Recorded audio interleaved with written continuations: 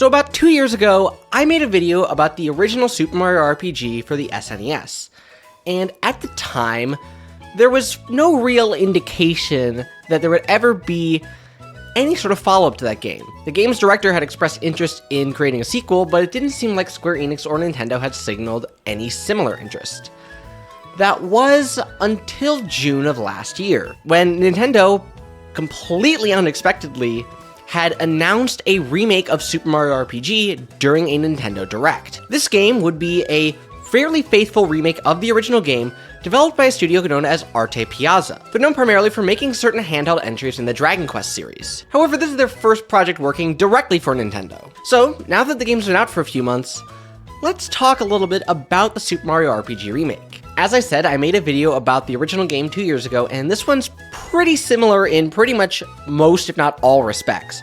So instead of doing an entire video where I say basically the same things I said in that previous video, I'm going to do this as more of an addendum. What's changed about the remake, and sort of what are my thoughts about this remake and potential other Mario RPGs going forward. So, let's go. So in terms of the game's presentation, when we look at the original Super Mario RPG, we see this as a game that, graphically at least, pushed the SNES to its absolute limit.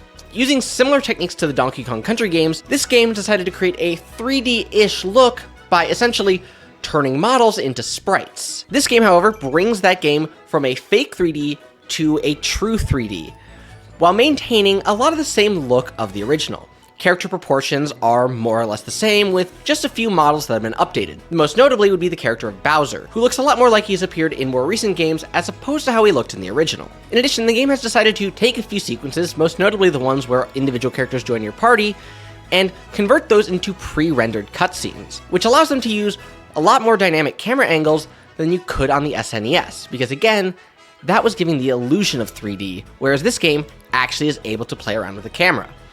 This is also seen in some of the boss fights, which have unique intros before it returns to the original isometric camera angle. Overall, this allows you to create a game that uses the advantages of more modern gaming hardware, while also not completely taking away from the look of the original. Essentially taking the original and putting it into a modern HD coat of paint. Musically, the same can be said. The game's composer, Yoko Shimomura, came back to recompose and orchestrate all of the tracks from the original game, which is able to give the tracks significantly more life than they could on the limited sound card of the SNES. In terms of the game's dialogue, the English language script is fairly similar to the original translation done by Squaresoft, although some changes have been altered. The most notable would be the change of Princess Peach's name to reflect her actual canon name in the series. This is mostly a relic of the fact that the original was developed before Super Mario 64, and she had not had that name established in English quite yet. You see similar things with a bunch of different enemies which now have their proper canon names where they didn't in the original. Other than that, you see some of the real-life pop culture references taken out, which I can understand because those were kind of a little weird. The biggest change is that Cuelex's English dialogue has been changed to more match up with what he says in the Japanese version, which is pretty significant given that this game does something fairly interesting with that character, which I will get to in a little bit. But now we're going to move on to some of the actual gameplay. So the Overworld Exploration is pretty similar to the original. There's mostly just a few quality of life changes that make the game a little bit more pleasant to play. One is the inclusion of the auto dash feature, although it doesn't feel like it's quite as fast as the dash was in the original. But it is nice to be able to navigate around faster without having to hold down the B button the entire time. The game also now auto-saves every time you change screens, similar to games like Octopath Traveler, which had a similar system. However, like that game, there are set save points in the form of the save blocks, which are used to actually save your game into your file. The game has also introduced the ability to fast travel directly from the menu, negating the need to go all the way out into the world map and navigate all the way over to where you need to go. So all in all, we see a ton of quality of life improvements. However, due to the fact that the game sticks to its original isometric perspective, we see some relics of that design choice still bleed through, most notably in the platforming, which is still quite annoying to do correctly. Moving into the battle system, the core flow of battle remains more or less unchanged. The biggest change is you now have an option to change the way you navigate the menus. So in the original, you had to click the same button for each command in order to continue through the options. So if you wanted to use an item, you'd have to hit X while navigating the menu. This game gives you the option to either keep that original scheme, or you can go with the option to navigate all submenus using the A and B buttons like you would in pretty much any other RPG. This is similar to how games like Persona 5 handled their menus. Looking into the actual gameplay mechanics, the timed hits, now renamed to action commands, feel a lot easier to pull off than they were in the original. In the original, sometimes I felt the timing was a little wonky. This game helps in two ways. First, it feels like the windows are just more generous in general, but the game also gives you a visual icon as to when you need to hit the button, which is a fairly nice thing, especially for some of the weapons that have a little bit more unintuitive timings than you might expect. Although when it comes to that input window in question, that could just be a trade-off from the fact that compared to the original, this game has to be a little bit more generous when it comes to that window because of input lag on modern HD displays. However, if you still manage to get the timing just right, you're able to get a perfect hit, which then also inflicts a small amount of damage to all of the other enemies in the battle, which gives you a little bit more incentive to try to get those hits just right. The game also has now placed a gauge on the far left corner of the screen, and this is built up every time you get an action command correct, with unbroken chains of getting action commands right, conferring more and more points, and giving you tons of bonuses as you fill it up. When you fill it up all the way, you're given the option of using new special moves.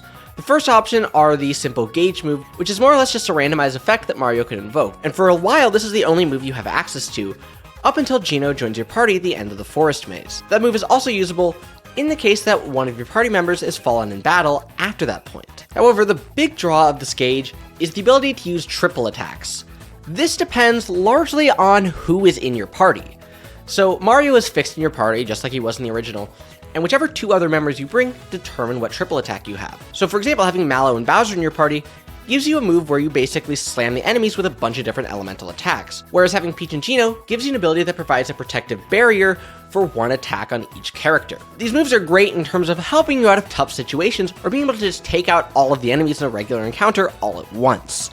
So they're a pretty welcomed addition. Another really nice change is the ability to swap party members in battle. This is something that was not in the original at all, and it's pretty nice because it allows you to adapt your strategy on the fly depending on what enemy you're facing. Say you brought a party member who doesn't really fight well against that enemy, and instead of having to reload and change your party, you're able to just change it right there to someone who's a little bit more fit for the fight. This also adds a pretty helpful nicety of when a party member falls, they're able to be swapped to a party member in reserve, which is also a very nice thing. You're also able to use it to swap out party members who are incapacitated by some of the various status effects, which is a little broken, but also fairly nice to not just be stuck sitting there while characters are inflicted with sleep or mushroom or anything, and you're just sort of sitting there waiting for the game to give you an opportunity to do something. The last major change to the battle system comes in that of the inventory system. In the original, you had a set number of items that you could carry in your inventory that basically was one item per slot. And so this meant you were oftentimes going into the menu to manage your inventory, or just constantly having to ignore items because you didn't have any space. This game changes that in two major ways. First, items now stack on their slots. So now instead of having a list of mushroom, mushroom, mushroom, mushroom, mushroom, you just have one item for mushroom with the number that you have. And while these numbers are capped at fairly low numbers, so you're not able to carry around 99 of them like you are in some RPGs, it's still a bit nicer both in terms of menu navigation and having more options to use in battle. You don't have to worry so much about having to manage your inventory as much. And also, when you get items that you aren't able to carry, they're automatically transferred to the new storage box in Mario's house, which I kind of just forgot existed for most of the game, but it is a pretty nice way to be able to get more items back. And now, overall, all of these changes do amount to making the game a little bit easier than the original, especially because it doesn't seem like any of the enemy stats were changed to compensate. They seem to all have more or less roughly the same stats that they had in the original. And that's not even to get into the fact that they added an explicit easy mode in this game, which, like, I felt like the base game was already easy enough. I don't know what you would exactly need that mode for. Other RPGs I can definitely understand, but not this one. And now let's move into the truly new stuff in this game. After defeating the final boss in the original, you would get to the point where the credits would roll, and eventually you would get on a screen that says the end, and it would just idle there until you turn the console off. This time, the game now gives you the option to save a game clear data, which has you waking up at Mario's house at the point in time right before you would defeat the final boss. And what this unlocks is a slew of post-game super bosses, which are essentially just rematches with previous bosses that are beefed up in some manner. Some of which are kind of fun, others are kind of stupid and bullshitty, but they're all still pretty interesting ways to give you more stuff to do, especially if you played the original and already enjoyed the content that that game has to offer. And this is also where Culex comes in. So, as I mentioned in my original video, the character's dialogue in Japanese, and now in English in this game, is that he comes from a world that is 2D and he's unable to understand the concept of characters being 3D. This is reflected in this game by the fact that while every other character is given completely new models and animations, Culex still uses his original sprites and music from the original game. However, after defeating all of the other post-game super bosses, you can come back to fight a Culex who is fully rendered in 3D and has new music to boot. This iteration of the character has more HP than any other boss in the game. On top of that, the attacks that he has are significantly more devastating than his original iteration, and he still has his 4 crystals, which are also just as nasty to deal with, and part of what makes both the original fight and this new fight so tough to deal with. And ultimately, I really appreciate them going through the effort to add these new fights. Sure, they're not any new original characters or new types of bosses, but they're ways to explore previous bosses and provide some sort of challenge to the game that you otherwise wouldn't have had. And it's also a way to use the full extent of the game's level curve. You only get to about level 20 by the end of the game, and the max is 30, so there's a whole third of the level range that you don't use at all, and these fights give you an opportunity to get up there and still be challenged when you're at max level, which is kind of crazy. One thing I will say about this postgame though, I'm a little annoyed that after you clear the game, it doesn't fill the 7th star on the menu, so you've just permanently got 1 star missing. It's like, you couldn't have just filled it out with that one last star, like, really? But I digress. So, that's more or less everything I have to say about the game that I haven't already said about the original. So, let's talk a little bit about sort of my takeaway in general and where I think we're going to go from here. So, overall, I'm pretty happy about this game and fairly optimistic for the future. All things considered, this game did well. It's sitting at a pretty respectable 84% on Metacritic, and it also had the strongest opening weekends in Japan for any Mario RPG since the original. It's that second one that's the more significant sign, in my opinion. Because, like, sure, a game can get the most amazing reviews, but if it doesn't sell well, what is convincing a company to produce more games like it? The takeaway is, okay, the people who played it liked it, but that wasn't that many, and it doesn't justify creating this product.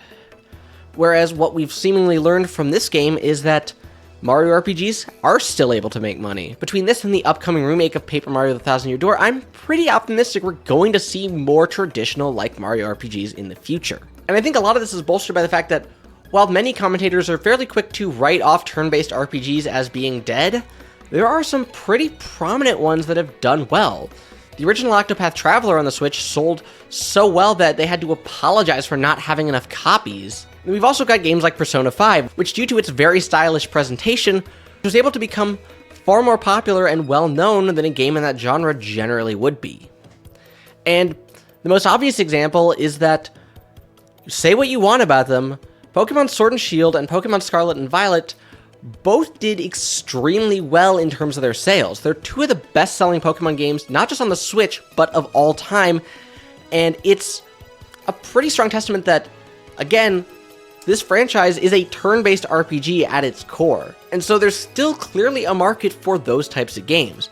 So I think it's very possible to say, let's take that same concept and slap Mario on it. That would probably do well, especially because Mario is a fairly popular character. In fact, his games sell more than Pokemon. But with that, I think that's more or less everything I wanted to go over. As I said, this is more or less an addendum on an existing video. I felt like when this game came out, it's like, I need to do a video on this. Hopefully, I will have some sort of update on my original Switch at some point. I've ran into a few complications where I was ordering external readers to try to pull the data off, and twice now I have gotten the wrong product. Not like they sent me the wrong thing, like I wasn't exactly sure what I was ordering, and it turns out what I ordered was not the item I actually needed.